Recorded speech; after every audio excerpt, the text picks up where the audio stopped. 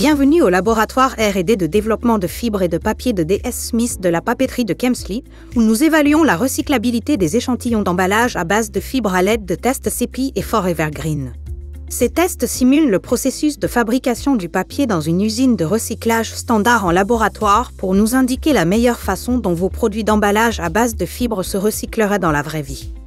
Nos techniciens préparent vos échantillons d'emballage pour les tester, puis ils ajoutent de l'eau chaude et les désintègrent en pâte à papier.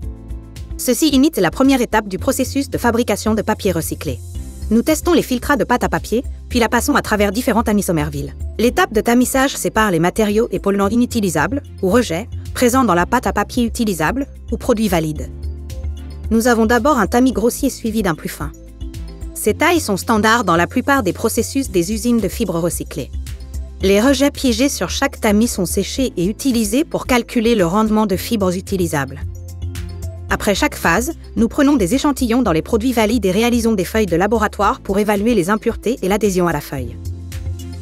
Les valeurs de rendement, d'impureté et d'adhésion sont les paramètres utilisés pour calculer le score de recyclabilité sur une échelle allant de -100 à +100. Chaque usine étant unique, il est difficile d'évaluer si les matériaux d'emballage pourraient réussir le processus de recyclage. Cependant, nos techniciens peuvent vous aider à comprendre le score de vos emballages et leur potentiel de recyclage.